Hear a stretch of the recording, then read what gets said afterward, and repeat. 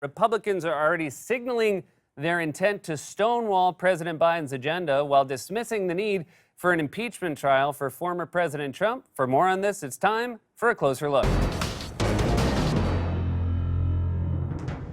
Our political system is currently overloaded way beyond its capacity. It's like a power strip with way too many things plugged in. We already got the TV, Roku, printer, modem, iPad, Instapot, immersion blender, Christmas tree, and toaster plugged in. And now we need to find room for the sleep apnea machine. And because I live in New York, there's only one other outlet, and it was drywalled over during the Coolidge administration, on top of a deadly pandemic that has overwhelmed hospitals, an unprecedented economic collapse that has plunged millions into joblessness and food scarcity, and a botched vaccine rollout that has states saying they're about to run out of doses. We also have a violent authoritarian movement that tried to overthrow democracy, led by a former president facing an impeachment trial for, what was it for again?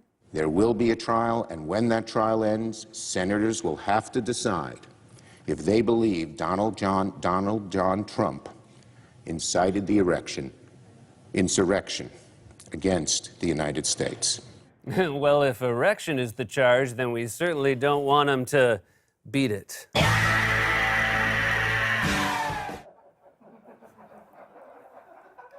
And they thought we were going to run out of material. They should do a CSI Mar-a-Lago. Shut up! I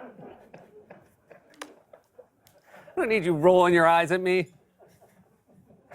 The only bummer about Schumer's gaffe was that it happened on a Friday when we were dark, so the only person I could tell my beat it joke to was my wife. But she bought noise-canceling headphones on our honeymoon 7 years ago. Anyway, today the House officially sent, still not as bad as insurrection. But a reminder, we all make mistakes, Chuck. Anyway, today the House officially sent its article of impeachment over to the Senate, setting up a trial in 2 weeks. The historic second impeachment of President Trump, that takes a big step forward. The one article brought against him, incitement of insurrection, will be delivered to the Senate. Now that triggers a Senate trial, now set to begin in about 2 weeks. Monday is that day that Pelosi and the House will formally transmit that one article of impeachment to the Senate, kicking off Tuesday as the day where senators will be sworn in as members of the trial. But then it will be another 2 weeks until we see that trial formally begin. McConnell actually arguing he actually wanted 3 weeks so that the president could actually begin to create his defense team and also strengthen his argument against impeachment. So Trump's lawyers will have 2 weeks to prepare for their defense, which I guess will be what? When he told a violent mob of unhinged rioters to march down to the Capitol and fight to stop Democrats from stealing the election, he was joking? Your Honor, when he whipped the insurrectionists into a frenzy, he was being sarcastic. That's why he turned to the camera and made a freeze-frame sitcom face, the classic Mr. Roper defense. Not to be confused with Furley's Gambit. Or maybe they'll say it was a different guy. You got the wrong Donald Trump. You want this guy. You have an opportunity today. You can be a hero, or you can be a zero. This is like when you're in a conference room at a Radisson listening to a life coach tell you how to pick up women. You can be a hero, or you can be a zero. You can be a single guy, or you can be the mingle guy. You can be a dud and a chump, or you can be a stud on a stump. Yeah, I posed for that picture. Don Jr. has so much confidence on stage, but I bet if you try to find him after and tell him he did a great job, he'll be leaning against the wall, smoking and crying. You think my dad just narked me out to the feds? Of course, Trump has had a little trouble assembling a defense team for his impeachment because his usual lawyer is busy getting sued for over $1 billion. The New York Times reports that Dominion Voting Systems has filed a defamation lawsuit this morning against Rudy Giuliani. According to the paper, the 107-page lawsuit accuses Mr. Giuliani of carrying out a viral disinformation campaign about Dominion, made up of demonstrably false allegations, in part to enrich himself through legal fees and his podcast. The suit seeks damages of more than $1.3 billion.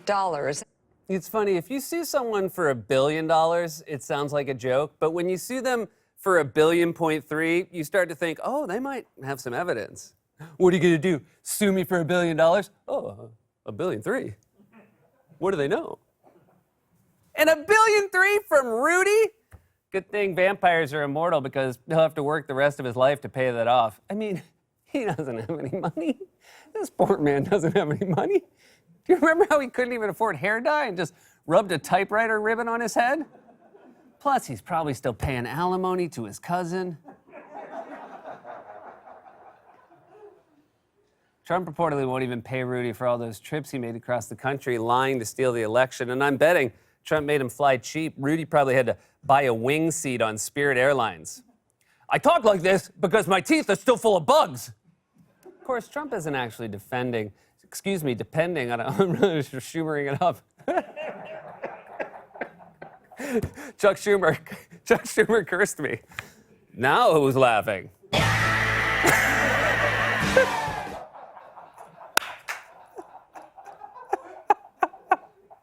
I love what we cut out right before we have to pay the Who. You know who owns the publishing for the Who? Old Rolex Wally. 3 seconds, we don't owe you a dime!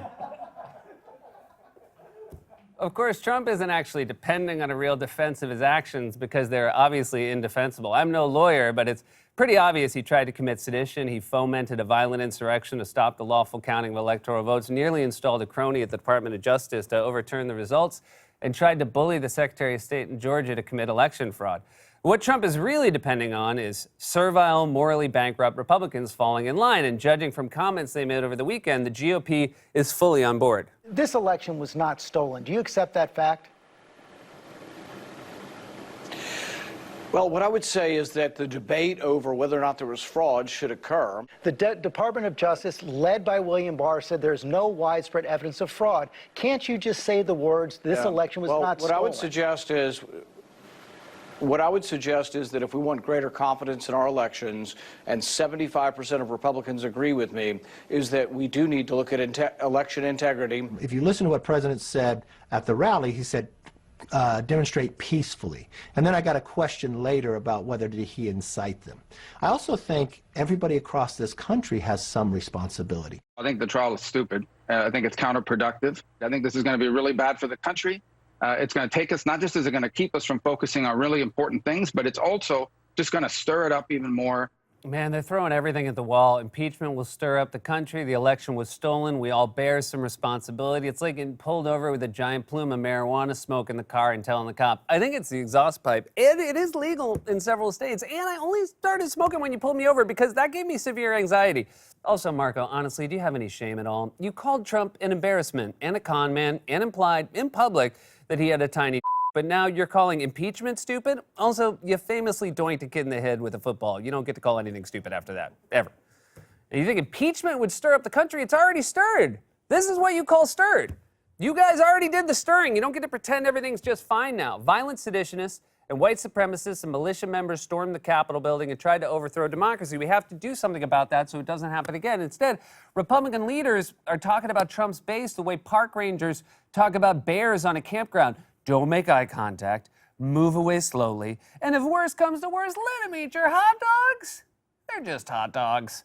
So Republicans have already made it clear they refuse to hold Trump accountable for inciting an insurrection or do anything at all about the violent authoritarian movement they've cultivated, not to mention the pandemic, vaccine rollout, and economic crisis. Suffice it to say, just because Joe Biden is president now doesn't mean things are normal again. They're not. At this point, when I check my phone in the morning, I just have one news alert from CNN that says breaking everything.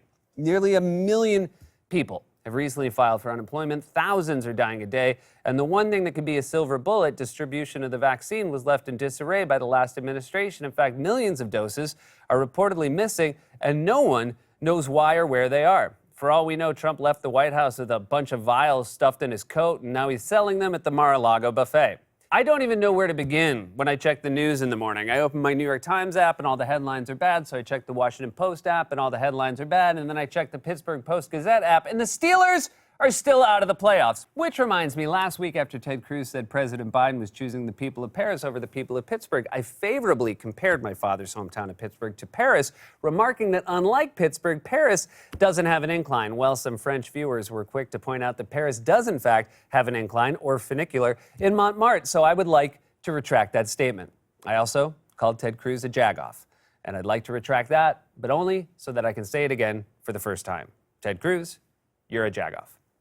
On top of everything else that's going on right now, there are also the crises that preceded Trump, like our healthcare crisis, the climate crisis, voter suppression, structural inequality, and institutional racism, not to mention the conditions that nearly allowed Trump to remain in office or steal the election despite winning 7 million fewer votes. We need mechanisms in place for bold, systemic change and immediate relief for suffering Americans, which is why the Biden administration has started by offering a plan to provide billions of dollars for vaccine distribution, increased unemployment benefits, direct payments, and a $15 minimum wage, among other things. Republicans, meanwhile, have responded by announcing their opposition to it.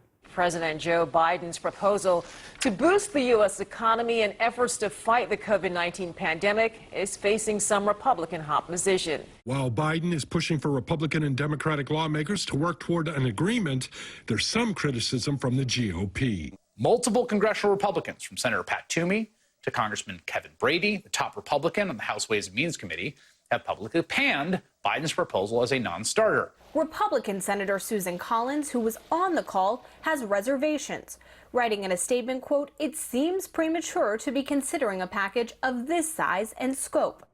I'm sorry, Susan Collins, it's premature? You want to wait a little longer and see how much worse things can get? This is like if the Steelers waited a couple more weeks to find a running game. Okay, now I get why my wife bought those headphones. I just heard it for the first time.